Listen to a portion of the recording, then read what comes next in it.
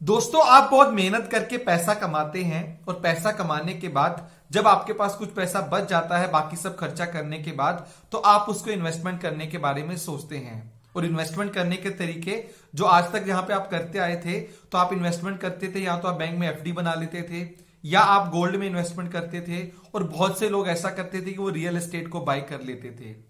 ये सब इन्वेस्टमेंट के तरीके हुआ करते थे। लेकिन पिछले कुछ टाइम के अंदर आपने सुना होगा म्यूचुअल फंड्स के बारे में कि म्यूचुअल फंड सही है। लेकिन आपके माइंड में ये क्वेश्चन होगा कि मैंने म्यूचुअल फंड के बारे में बहुत कुछ सुना है, लेकिन मुझे नहीं पता कि म्यूचुअल फंड क्या है। मैं सीखना चाहता हूं कि म्यूचुअल फंड क्या होता है। आप मुझे इतनी इंफॉर्मेशन दे दीजिए जो मेरे लिए इनफ होगी ये डिसाइड करने के लिए कि क्या मुझे म्यूचुअल फंड में इन्वेस्ट करना चाहिए या मुझे म्यूचुअल फंड में इन्वेस्ट नहीं करना चाहिए। जिसके चलते मैं लेके आया हूं आज की वीडियो ग्रो की तरफ से, जहां पे हम बात करने वाले हैं। सबसे पहले मैं आपके क्वेश्चन का आंसर करूंगा कि म्यूचुअल फंड क्या है। उसके बाद क्या म्यूचुअल फंड सही है, अगर म्यूचुअल फंड सही है तो आपके लिए कौन सा म्यूचुअल फंड सही है। और इस वीडियो के अंदर ही हम बात करेंगे कि कितने तरह के म्यूचुअल फंड होते हैं। थोड़ा मैं आपको आइडिया देने का ट्राई करूंगा ताकि आप डिसाइड कर सकें कि आपके लिए बेस्ट म्यूचुअल फंड कौन सा होगा। और उस बेस्ट म्यूचुअल फंड को ढूंढने के लिए आपको क्या क्या पैरामीटर्स के बारे में देखना चाहिए ताकि आप अपने लिए एक अच्छा म्यूचुअल फंड चूज कर सकें। क्योंकि अगर आप एक अच्छा म्यूचुअल फंड चूज करेंगे तभी लॉन्ग टर्म में आप एक अच्छी रिटर्न बना पाएंगे। और यहाँ पे क्या क्या पैरामीटर्स इंपॉर्टेंट होते हैं सबके बारे में आज इस वीडियो के अंदर हम डिस्कशन करने वाले हैं। तो ये वीडियो बहुत इंपॉर्टेंट होने वाला है। मैं जगदीप सिंह आपका स्वागत करता हूं ग्रो यूट्यूब चैनल में। चलिए कम टाइम लेते हुए सबसे पहले चलते हैं कि म्यूचुअल फंड क्या है।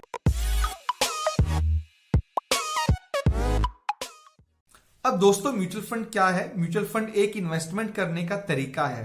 इन्वेस्टमेंट करने का तरीका कैसे? अब मान लो बहुत से लोग कंफ्यूज होते हैं कि म्यूचुअल फंड में अगर आप इन्वेस्टमेंट करेंगे, इसमें पैसा नीचे जाता है जब मार्केट नीचे जाती है और इसमें पैसा ऊपर जाता है जब मार्केट ऊपर जाती है। क्योंकि यहां पे लोग कंफ्यूज हो जाते हैं इक्विटी म्यूचुअल फंड के बारे में। लोगों को शायद ये नहीं पता होता कि म्यूचुअल फंड कितने ही तरह के होते हैं। लेकिन उससे पहले मैं सिंपल क्वेश्चन का आंसर करना चाहूंगा कि म्यूचुअल फंड क्या होता है, कैसे काम करता है।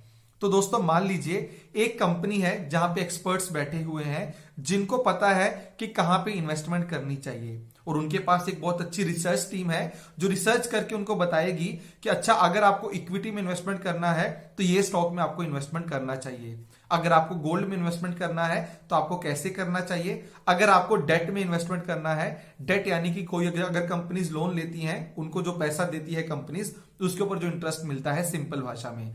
तो अगर डेट में इन्वेस्टमेंट करना है तो कहां पे इन्वेस्टमेंट करना चाहिए।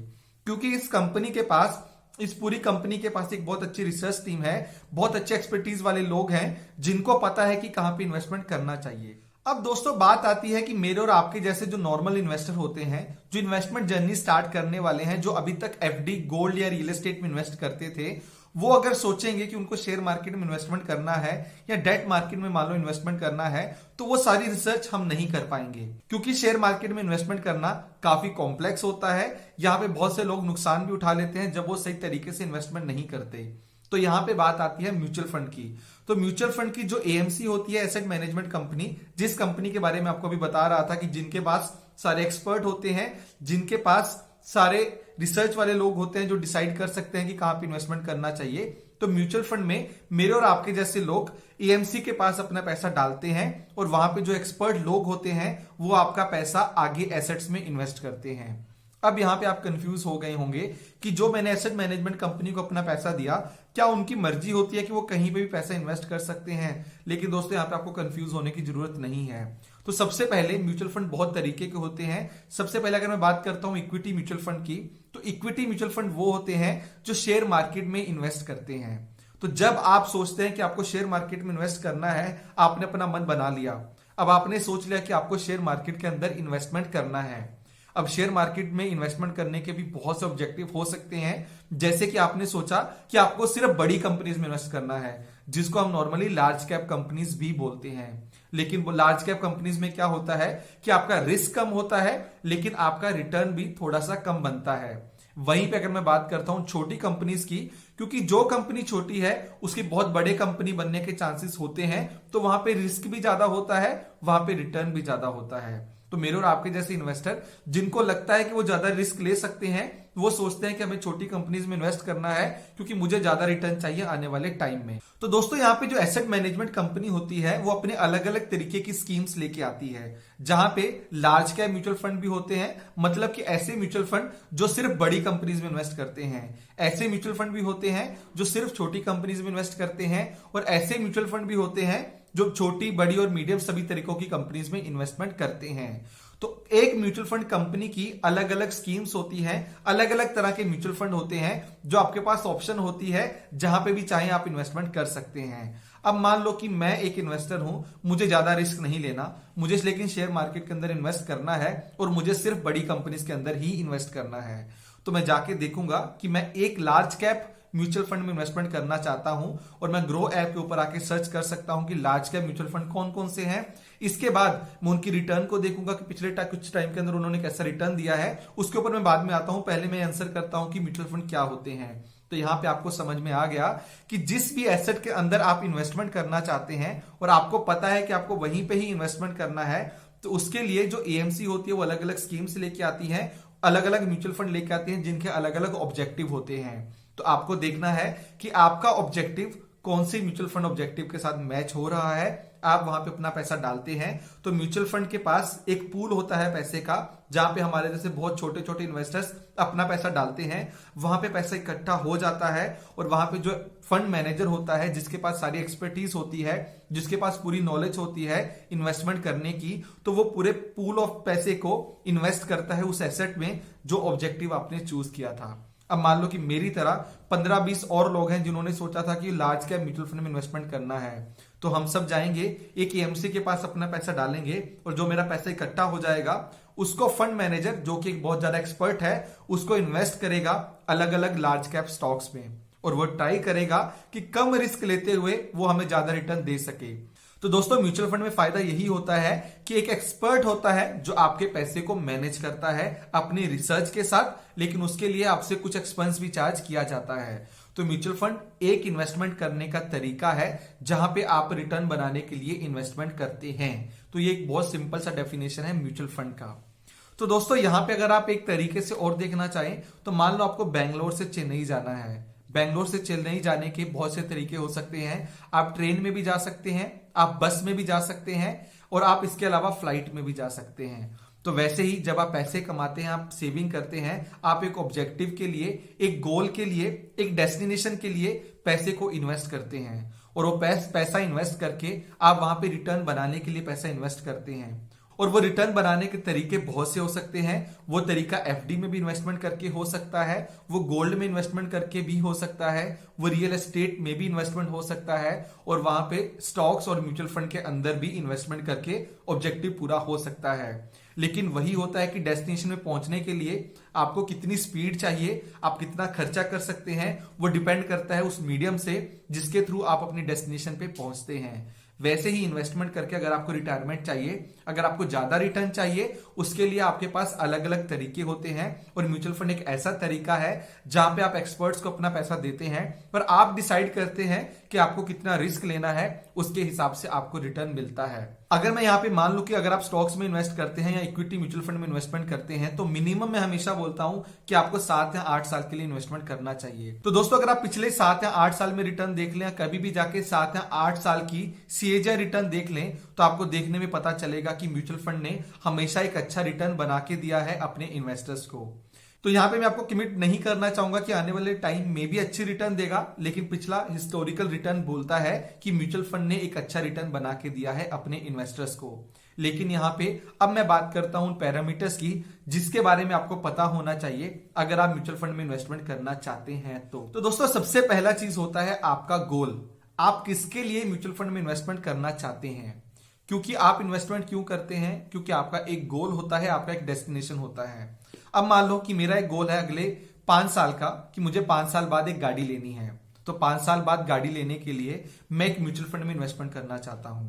तो यहां पे सबसे पहले आपको गोल पता होना चाहिए। दोस्तों ऐसा नहीं होता कि आप गाड़ी लेके घर से निकल जाएं, आपको नहीं पता आपको कहां पहुंचना है, तो आपका रिजल्ट क्या निकलेगा? आप अपने फ्यूल को भी वेस्ट करेंगे और अपने डेस्टिनेशन पे भी कभी नहीं पहुंच पाएंगे। तो इसलिए बोला जाता है कि सबसे पहले आपको अपना डेस्टिनेशन पता होना चाहिए, वैसे ही म्यूचुअल फंड के केस में आपको पता होना चाहिए कि आप किसके लिए इन्वेस्टमेंट कर रहे हैं। क्या आप अपना रिटायरमेंट प्लान करने वाले हैं? क्या आप एक घर खरीदने के बारे में सोच रहे हैं? क्या आप अपनी एक गाड़ी लेना चाहते हैं? क्या आप अपने अपने बच्चों की शादी के लिए पैसा इन्वेस्ट कर रहे हैं? तो सबसे पहले अपने गोल के बारे में सोचें। दूसरी इंपॉर्टेंट चीज होती है, गोल के साथ ही एसोसिएटेड होती है कि आप कितने ड्यूरेशन के लिए इन्वेस्टमेंट करना चाहते हैं। क्योंकि एक गोल हो सकता है कि आपको 3 साल बाद गाड़ी लेनी है, दूसरा गोल हो सकता है कि आपको 30 साल बाद रिटायर होना है। तो गोल के साथ कितने टाइम के लिए इन्वेस्टमेंट करना है वो भी आपको पता होना बहुत ज्यादा जरूरी होता है। तो ये दो चीजों के बाद आपको एक चीज तो समझ में आ जाएगा कि आपको रिस्क कितना लेना है। तो अगर आपने अपने गोल को डिसाइड कर लिया, आपने अपने ड्यूरेशन के बारे में समझ लिया, तो मैं बता देता हूं कि आपको रिस्क के बारे में कैसे पता होना चाहिए। अब मान लो दोस्तों, जब आप 3 साल के लिए इन्वेस्टमेंट करने वाले हैं, जिसका मतलब है कि 3 साल के अंदर आप ज्यादा रिस्क नहीं ले सकते। क्योंकि दोस्तों जब भी इन्वेस्टमेंट का ड्यूरेशन छोटा होता है तो वहां पे रिस्क हमेशा कम लेना चाहिए। क्योंकि शेयर मार्केट में क्या होता है कि अगर आपने आज इन्वेस्ट किया, हो सकता है कि अगले 1 साल में मार्केट नीचे चली जाए, तो अगर आप 1 साल बाद विड्रॉ करने जाओगे तो आपका पक्का नुकसान होगा। लेकिन अगर मैं अगले 10 साल की बात करता हूं या 8 साल की बात करता हूं, तो 8 साल में मार्केट ऊपर जाएगी, नीचे जाएगी, ऊपर जाएगी, नीचे जाएगी। लेकिन अगर मैं 8 साल की बात करूंगा तो पक्का आपको एक पॉजिटिव रिटर्न ही देखने को मिलेगा। ऐसा पास्ट में देखने को मिला भी है। आगे के बारे में जैसे कि मैंने आपको बताया है, हम कमिट नहीं करते। तो दोस्तों यहां पे जब भी आप शॉर्टर ड्यूरेशन के लिए इन्वेस्टमेंट करते हैं तो आपको रिस्क कम लेना चाहिए। और म्यूचुअल फंड के केस में जब आपको कम रिस्क लेना होता है तो आपको डेट फंड्स में इन्वेस्ट करना चाहिए। तो डेट फंड क्या होते हैं? डेट फंड एक ऐसे म्यूचुअल फंड होते हैं जो डेट में इन्वेस्ट करते हैं। मान लो एक कंपनी को लोन चाहिए, वो लोन के लिए इंटरेस्ट देगा, तो उनको जो पैसा देने वाली कंपनीज हैं वो एसेट मैनेजमेंट कंपनीज उनको पैसा देंगी, और वो होता है डेट इन्वेस्टमेंट। तो अगर आपको कम टाइम के लिए इन्वेस्टमेंट करना है, मान लो 5 साल से कम टाइम के लिए इन्वेस्टमेंट करना है और आपको रिस्क बहुत ज्यादा नहीं लेना, तो डेट म्यूचुअल फंड आपके लिए अच्छे होते हैं। डेट म्यूचुअल फंड में भी बहुत तरीके के म्यूचुअल फंड होते हैं जिसके बारे में आप अपनी रिसर्च कर सकते हैं।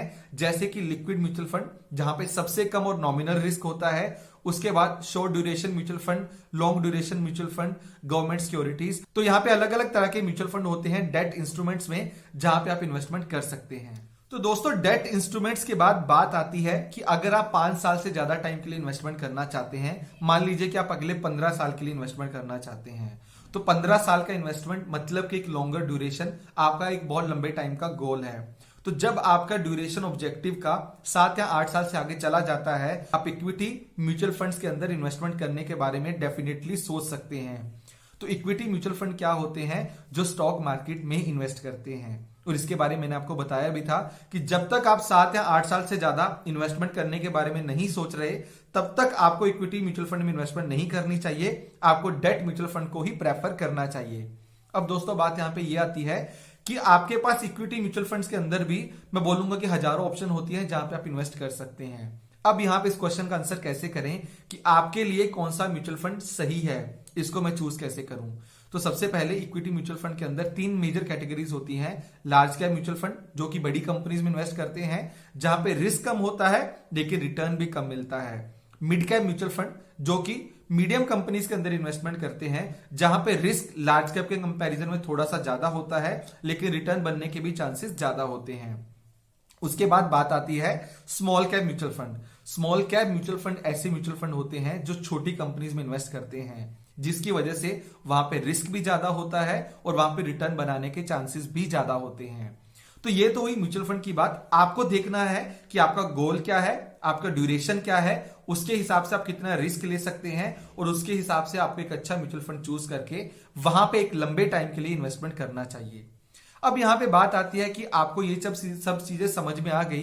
अब आप मुझे ये बताइए कि क्या तरीके के अलग अलग खर्चे होते हैं जिसके बारे में मुझे पता होना चाहिए अगर मैंने सोच लिया है म्यूचुअल फंड में इन्वेस्टमेंट करने के बारे में। तो चलिए दोस्तों, मैं बात करता हूं अलग अलग तरीके के एक्सपेंसेस की, अलग अलग तरीके के खर्चे की, जिसके बारे में समझना एज अ इन्वेस्टर आपके लिए बहुत ज्यादा जरूरी है।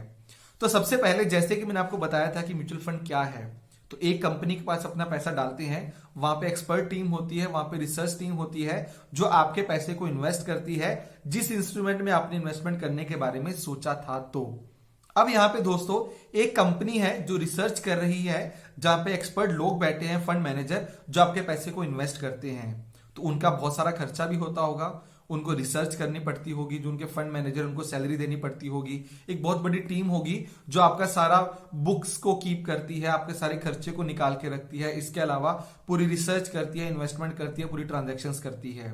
तो ये सब खर्चे जो ये कंपनी करती है वो आपको भी चार्ज किया जाता है, जिसको बोला जाता है एक्सपेंस रेशो। तो एक्सपेंस रेशो क्या होती है, वो आपको चार्ज की जाती है उन सब चीजों के लिए जो एसेट मैनेजमेंट कंपनी के खर्चे को पूरा करती है। और ये अलग अलग म्यूचुअल फंड के लिए अलग अलग परसेंटेज टर्म्स में आपको चार्ज की जाती है। तो यहां पे आपको एक चीज देखना बहुत इंपॉर्टेंट है कि जब भी आप एक अच्छे म्यूचुअल फंड को चूज कर रहे हैं तो आप ध्यान से देख लें कि उसकी एक्सपेंस रेशो कितनी है, और जिस म्यूचुअल फंड की एक्सपेंस रेशो कम होती है वो नॉर्मली बेटर होता है। तो दोस्तों यहाँ पे expense ratio category two category भी वेरी करती है। अब मान लो कि आप डेट म्यूचुअल फंड में इन्वेस्टमेंट करने वाले हैं, उसके अंदर भी अगर मैं लिक्विड म्यूचुअल फंड की बात करता हूं तो वहां पे एक्सपेंस रेशो नॉर्मली बहुत ज्यादा कम होता है। लेकिन अगर मैं small cap equity mutual fund की बात करता हूं, जहां पे बहुत ज्यादा रिसर्च लगती है, जहां पे बहुत ज्यादा डिसीजन मेकिंग लगती है, जहां पे रिस्क बहुत ज्यादा होती है, उसका एक्सपेंस रेशो नॉर्मली हाई होता है। तो यहां पे आपको एक छोटी सी चीज पे ध्यान देना चाहिए कि अगर आपने सोचा है कि आपको लार्ज कैप म्यूचुअल फंड के अंदर इन्वेस्टमेंट करना है तो उसके अंदर आपको देखना है कि उस कैटेगरी के अंदर कौन से म्यूचुअल फंड का कितना एक्सपेंस रेशो है, और जितना कम होगा उतना आपके लिए बेटर होगा। तो यहां पे आप एक small cap equity mutual fund की एक्सपेंस रेशो को डेट म्यूचुअल फंड के साथ कंपेयर नहीं कर सकते, आपको सेम कैटेगरी के अंदर ही कंपेयर करना पड़ेगा। दोस्तों इसके बाद जो अगला फैक्टर होता है जो बहुत इंपॉर्टेंट होता है, जो आपको एक अच्छा म्यूचुअल फंड चूज करने में काफी हेल्प कर सकता है, जिसका नाम है कि फंड ने पिछले कुछ टाइम के अंदर कैसी रिटर्न बना के दी है अपने इन्वेस्टर्स को। क्योंकि दोस्तों आगे आने वाले टाइम का तो किसी को भी पता नहीं होता, लेकिन पुराने टाइम में इस फंड ने कैसी रिटर्न दी है वो आपके पास सीधा नंबर होता है, और वो आप ग्रो प्लेटफॉर्म के ऊपर आके भी चेक कर सकते हैं। लेकिन दोस्तों यहाँ पे आपको एक चीज के ऊपर ध्यान देना चाहिए, कभी भी पास्ट की रिटर्न आपको फ्यूचर के रिटर्न के बारे में नहीं बताती, लेकिन पास्ट की रिटर्न अगर आप उसको उसकी कैटेगरी के साथ कंपेयर करते हैं तो ये जरूर बताती है कि अगर उस टाइम पे बेंचमार्क ने 5% परफॉर्मेंस किया था तो फंड ने कैसा परफॉर्म किया। और नॉर्मली अगर फंड ने अपने बेंचमार्क से अच्छा परफॉर्म किया है तो वो म्यूचुअल फंड कहीं ना कहीं पे अच्छा है। तो आप यहाँ पे दो चीजों को देख सकते हैं, अगर आप किसी भी फंड के पिछले 5 साल की रिटर्न के बारे में बात कर रहे हैं तो पिछले 5 साल की रिटर्न को उसकी कैटेगरी के एवरेज के साथ या जिस भी बेंचमार्क को वो म्यूचुअल फंड ट्रैक करता है उसकी परफॉर्मेंस के साथ कंपेयर कर लें, और हमेशा देखें कि जिस भी म्यूचुअल फंड में आप इन्वेस्टमेंट करने वाले हैं उसने अपने कैटेगरी एवरेज को बीट किया है या बीट नहीं किया है। और ये बताता है कि वो म्यूचुअल फंड अपने फंड की कैटेगरी में कैसा परफॉर्म करता है। तो पुरानी परफॉर्मेंस को आप फ्यूचर की परफॉर्मेंस के बारे में नहीं देख सकते, लेकिन हाँ आप ये जरूर देख सकते हैं कि पिछले टाइम के अंदर इस फंड ने कैसा परफॉर्मेंस करके दिया था अपने इन्वेस्टर्स को। दोस्तों इसके बाद एक और बहुत इंपॉर्टेंट चीज होती है एग्जिट लोड, जो अगर आप किसी भी म्यूचुअल फंड से एक टाइम से पहले पैसा निकालते हैं तो आपको चार्ज किया जाता है। और नॉर्मली ये बोला जाता है कि इन्वेस्टिंग के अंदर आपको लंबे टाइम के लिए इन्वेस्टमेंट करना है। लंबे टाइम के लिए इन्वेस्टमेंट इसलिए करना है क्योंकि कंपाउंडिंग लंबे टाइम में ज्यादा अच्छे से होती है, और जो आपका एंड ऑब्जेक्टिव है वो चेंज कभी नहीं किया जा सकता, लेकिन आपका जो स्टार्ट करने का तरीका है या जब आप स्टार्ट करते हैं उसको आप पीछे जरूर लेके जा सकते हैं। मतलब कि जितना जल्दी आप स्टार्ट करेंगे उतने कम पैसे आपको इन्वेस्ट करने पड़ेंगे और उतना ज्यादा आपको कंपाउंडिंग का बेनिफिट मिलेगा। तो यहां पे इस चीज पे ध्यान दें कि जितना जल्दी हो सके इन्वेस्टमेंट को स्टार्ट करें, अपने ऑब्जेक्टिव को समझ के रखें, ड्यूरेशन के बारे में आपको पता होना चाहिए, आपका रिस्क एपिटाइट आपको पता होना चाहिए, और उसके हिसाब से जहां पे कम एक्सपेंसेस हो और जिस म्यूचुअल फंड ने पुराने टाइम के अंदर अच्छा परफॉर्मेंस दिया है वहां पे आपको इन्वेस्टमेंट करना चाहिए। और यहाँ पे जब भी म्यूचुअल फंड में इन्वेस्टिंग की बात आती है तो इन्वेस्टमेंट करने के 2 तरीके होते हैं। पहला होता है सिस्टमैटिक इन्वेस्टमेंट प्लान, जिसको हम बोलते हैं SIP। SIP के अंदर आपके हर महीने की 1 तारीख को आपके अकाउंट से पैसा कट जाता है, और जब वो पैसा कटता है तो आपका पैसा इन्वेस्ट हो जाता है। और नॉर्मली बोला जाता है जब आप एक लंबे टाइम के लिए इन्वेस्टमेंट कर रहे हैं तो SIP इन्वेस्टमेंट करने का सबसे बेस्ट तरीका होता है, क्योंकि जब मार्केट नीचे जाती है तो जो यूनिट एलोकेशन प्राइस होता है वो कम हो जाता है, तो जब आप SIP डालते हो तो आपको ज्यादा यूनिट मिलते हैं। मतलब कि जब बोला जाता है कि जब लो प्राइस होता है SIP के थ्रू आप ज्यादा बाय करते हैं, जब प्राइस ज्यादा होता है तो आप कम बाय करते हैं। तो SIP यहाँ पे इन्वेस्टमेंट करने का सबसे प्रेफर्ड और एक अच्छा तरीका होता है एक इन्वेस्टर के लिए और एक लॉन्ग टर्म इन्वेस्टमेंट के लिए। लेकिन यहाँ पे दोस्तों बहुत से लोग ऐसे होते हैं जो बिजनेस फैमिली से निकल के आते हैं, जिनका बिजनेस होता है जहां पे एक टाइम पे पैसा आता है। तो अगर आप किसी म्यूचुअल फंड में एक टाइम पे भी इन्वेस्टमेंट करना चाहते हैं तो एसआईपी के अलावा आप वन टाइम इन्वेस्टमेंट करके अपना सारा पैसा म्यूचुअल फंड के अंदर पार्क कर सकते हैं। तो अगर आप इन सब चीजों के बारे में ध्यान देंगे, और मैं उम्मीद करता हूं कि आज की वीडियो आपको बहुत ज्यादा इंफॉर्मेटिव लगी होगी। अगर आपने अभी तक ग्रो के चैनल को सब्सक्राइब नहीं किया तो जल्दी से ग्रो के चैनल को सब्सक्राइब कर लें, क्योंकि वहां पे हम ऐसी वीडियोस लेके आते रहते हैं जो आपको एक अच्छा इन्वेस्टर बनने में काफी हेल्प कर सकता है। Happy investing.